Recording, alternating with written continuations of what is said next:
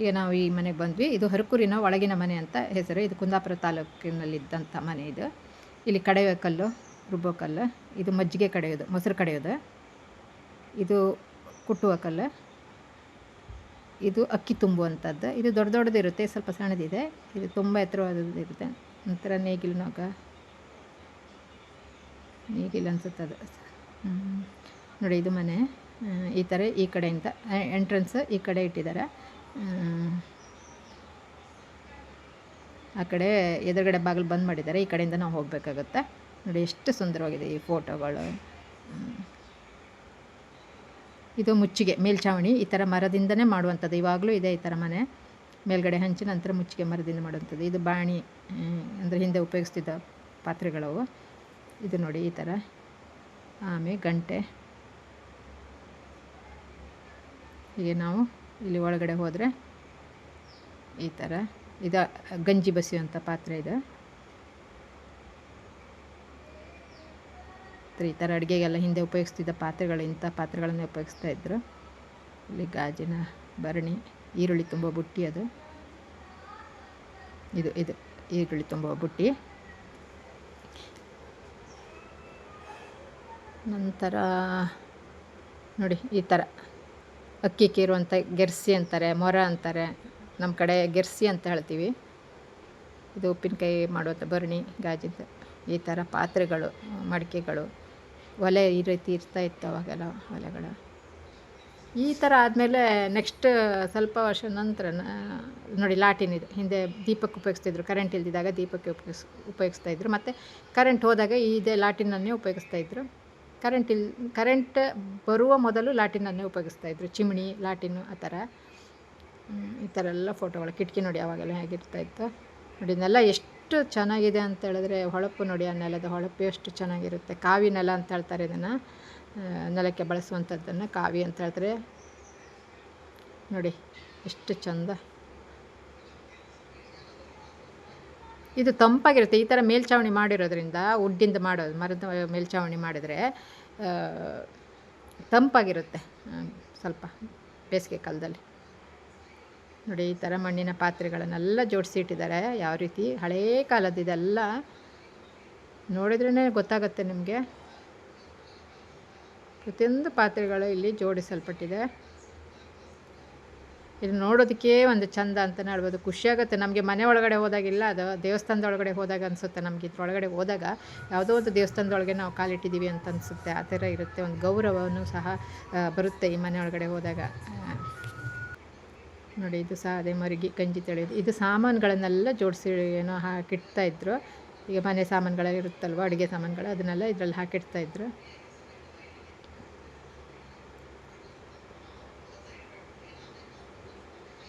ನಂತರ ಇನ್ನೊಂದು ಕೋಣೆಗೆ ಹೋದ್ವಿ ನಾವು. ಇಲ್ಲಿ ನಮಗೆ ನೋಡಿ ಪುಟ್ಟ ಕಿಟಕಿ ಇದೆ. ಅದು ಒಂದೊಂದು ಮನೆ ಶೇಪ್ ಸ್ವಲ್ಪ ಚೇಂಜ್ ಇರುತ್ತೆ ನೋಡಿ. ಇದೆಲ್ಲ ಒಂದು ಉದ್ದುದ್ದಕ್ಕೆ ಕೋಣೆ ಥರ ಇದೆ ಇದೆಲ್ಲ.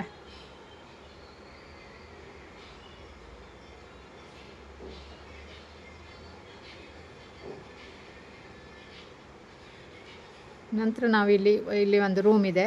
ಈ ರೂಮಿಗೆ ಬಂದ್ವಿ. ಇಲ್ಲಿ ನೋಡಿದ್ರೆ ನೋಡಿ ಮೇಲ್ಛಾವಣಿ ನೋಡಿ ಎಲ್ಲ ವುಡ್ಡಿಂದ. ಇದು ಕಬ್ಬಿಣದ ಪೆಟ್ಟಿಗೆ. ಆವಾಗೆಲ್ಲ ಇದೇ ಥರ ಉಪಯೋಗಿಸ್ತಾಯಿದ್ರು. ಟ್ರಂಕ್ ಅಂತಾರೆ ಇದನ್ನು. ಬಿದಿರಿನ ಬುಟ್ಟಿ ಇದು. ದೇವಸ್ಥಾನಗಳದನ್ನು ಈ ಚಲ್ಲಣ ಗಜ್ಜೆ ಅಂತ ಹೇಳ್ತೀವಿ. ಅದು ದೇವರ ಸಾಮಾನುಗಳನ್ನೆಲ್ಲ ಇದರಲ್ಲಿ ಇಡ್ತಾಯಿದ್ರು ಮೊದಲೆಲ್ಲ. ಮನೆಗೆ ಉಪಯೋಗಿಸ್ಕೊಳ್ತಾಯಿದ್ರು. ಮತ್ತು ಇದು ಮಂಚ, ಆಗಿನ ಕಾಲದ ಮಂಚ ಇದೆ.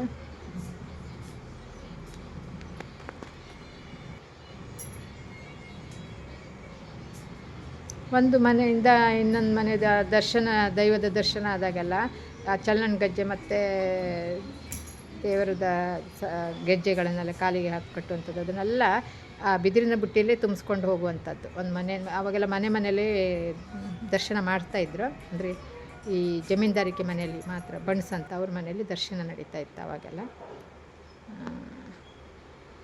ಮನೆಯಲ್ಲೇ ದೈವ ದರ್ಶನ ನಡೀತಾಯಿತ್ತು. ನೋಡಿ ಕಂಬದ ಈ ಕೆತ್ತನೆ ಹೇಗಿದೆ ನೋಡಿ.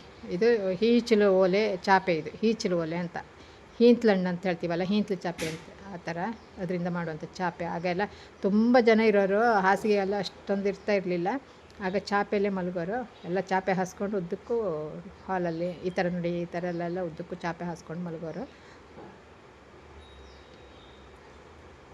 ಎಷ್ಟು ಸುಂದರವಾಗಿದೆ. ಹಾಗೆ ನಾವು ಇಲ್ಲಿ ಬಂದ್ವಿ. ಇಲ್ಲಿ ಬಂದರೆ ಈ ಥರ ಇದೆ. ಇಲ್ಲಿ ಮೆಟ್ಟಿಲಿದೆ ಮೇಲ್ಗಡೆ ಹೋಗೋದಕ್ಕೆ. ಮೆಟ್ಲು ಇದು ಉಪ್ಪರಿಗೆ ಮೆಟ್ಲು, ಇದು ಬಂದ್ ಮಾಡಿದ್ದಾರೆ ಮೇಲೆ ಹೋಗೋದಕ್ಕೆ. ನಂತರ ಇಲ್ಲಿ ಮಣ್ಣಿನ ಬಾಣಿ. ಆ ಕಿಟಕಿ ನೋಡಿ ಯಾವ ಥರ ಇದೆ ನೋಡಿ, ಲಾಟಿನಿದೆ. ಇದು ಜಿಂಕೆದು ಕೊಂಬು. ಇದು ಸಹ ಸಾಮಾನುಗಳನ್ನು ತುಂಬುವಂಥದ್ದು. ಇದು ಹೊರಗಡೆ ಬಂದ್ವಿ ನಾವು. ಇದು ಹೆಬ್ಬಾಗಿಲು. ಇಲ್ಲಿ ಏನಂತ ಹೇಳಿದ್ರೆ ಇದು ಚಾಪೆ, ಇಲ್ಲಿ ಪತ್ತಾಸ್ ಇದೆ ನೋಡಿ, ಇಲ್ಲೊಂದು ಇದನ್ನು ಪತ್ತಾಸ್ ಅಂತಾರೆ, ಅಕ್ಕಿ ತುಂಬಿಡುವಂಥದ್ದು. ಅದು ಬಾಣಿ. ಅದ್ರ ನೆಕ್ಸ್ಟ್ ಇದ್ದಿದ್ದ ನಂತರ ಇಲ್ಲಿ ಬಾಗಿಲು ಹಾಕಿದ್ದಾರೆ. ಎದುರುಗಡೆ ಎಂಟ್ರೆನ್ಸ್ ಇದೆ, ಇದನ್ನು ಬಂದ್ ಮಾಡಿದ್ದಾರೆ. ನಾವು ಆವಾಗ ಹೋಗಿದ್ದು ಮತ್ತೊಂದು ಕಡೆಯಿಂದ ಪಕ್ಕದಲ್ಲಿ ಇನ್ನೊಂದು ಬಾಗಿಲು ಓಪನ್ ಮಾಡಿದ್ದಾರೆ.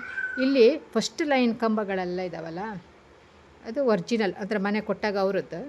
ಈ ಮುಂದ್ಗಡೆ ಒಂದು ಲೈನ್ ಅದೇ ಥರದ ಕಂಬಗಳನ್ನು ಮಾಡಿದ್ದಾರೆ. ಅದು ನೆಕ್ಸ್ಟ್ ಮಾಡಿರುವಂಥದ್ದು, ಇಲ್ಲಿ ಮಾಡಿರುವಂಥದ್ದು, ಅಂದರೆ ಮನೆ ತೊಗೊಂಡಾಗ ಬಂದಿರುವಂಥದ್ದಲ್ಲ, ಅದು ನೆಕ್ಸ್ಟ್ ಮಾಡಿರುವಂಥದ್ದು ನೋಡಿ. ಈ ಕಂಬಗಳೆಲ್ಲ ಮೊದಲಿದ್ದಿದ್ದು ಆ ಮನೆಯವರಿದ್ದಾಗ ಕೊಟ್ಟಿರುವಂಥದ್ದು, ಮನೆ ಕೊಟ್ಟಿದ್ದಾರಲ್ಲ ಅವರದ್ದು.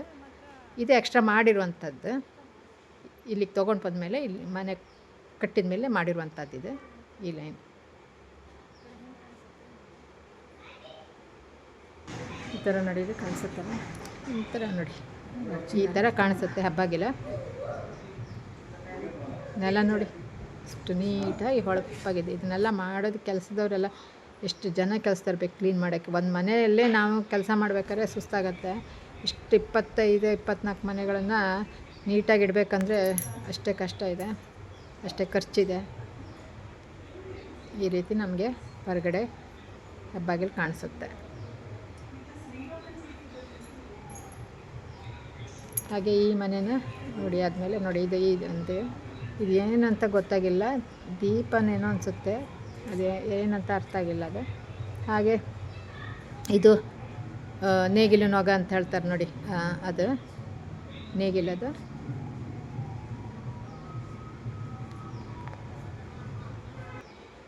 ಇದು ಹರ್ಕೂರು ಒಳಗಿನ ಮನೆ ಅಂತ ಹೇಳ್ಬಿಟ್ಟು ಇಲ್ಲಿ ಹಾಕಿದ್ದಾರೆ,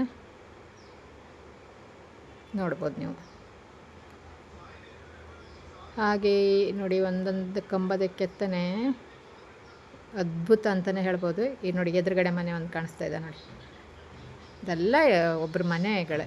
ಇದು ಈ ಮನೆ ಅವ್ರಿಗೆಲ್ಲ ಕೊಟ್ಟಿರುವಂಥದ್ದು. ಒಂದೊಂದು ಮನೆನ ಅವ್ರವ್ರ ಮನೇನ ಕೊಟ್ಟಾಗ ಅದೇ ಥರ ಮಾಡಿ ಕಟ್ಟಿಸಿರುವಂಥದ್ದು ಇದೆಲ್ಲ. ಕೆಲವು ಮನೆ ಫುಲ್ ಇರಲ್ಲ, ಕೆಲವು ಬಂದ್ ಮಾಡಿದ್ದಾರೆ, ಅರ್ಧ ಸ್ವಲ್ಪ ಮನೆ ಬಾಗಿಲು ಹಾಕಿ ನೋಡಿ. ಇದು ಬುಟ್ಟಿ, ಆವಾಗೆಲ್ಲ ಇದರಲ್ಲಿ ಅಕ್ಕಿನ ತುಂಬಿಸ್ಕೊಳ್ಳೋರು, ಅಕ್ಕಿ ಗೇರೋರು. ಗೆರ್ಸಿ ಇದೆ ನೋಡಿ ಅಲ್ಲಿ. ಇದು ಒಂದು ಮಂಡಾಳಿ. ಇದೆಲ್ಲ ಭತ್ತ ಮತ್ತು ಅಕ್ಕಿಯೆಲ್ಲ ಅಳತೆ ಮಾಡುವಂಥದ್ದು. ಇದೆಲ್ಲ ನೊಗ. ಓಕೆ,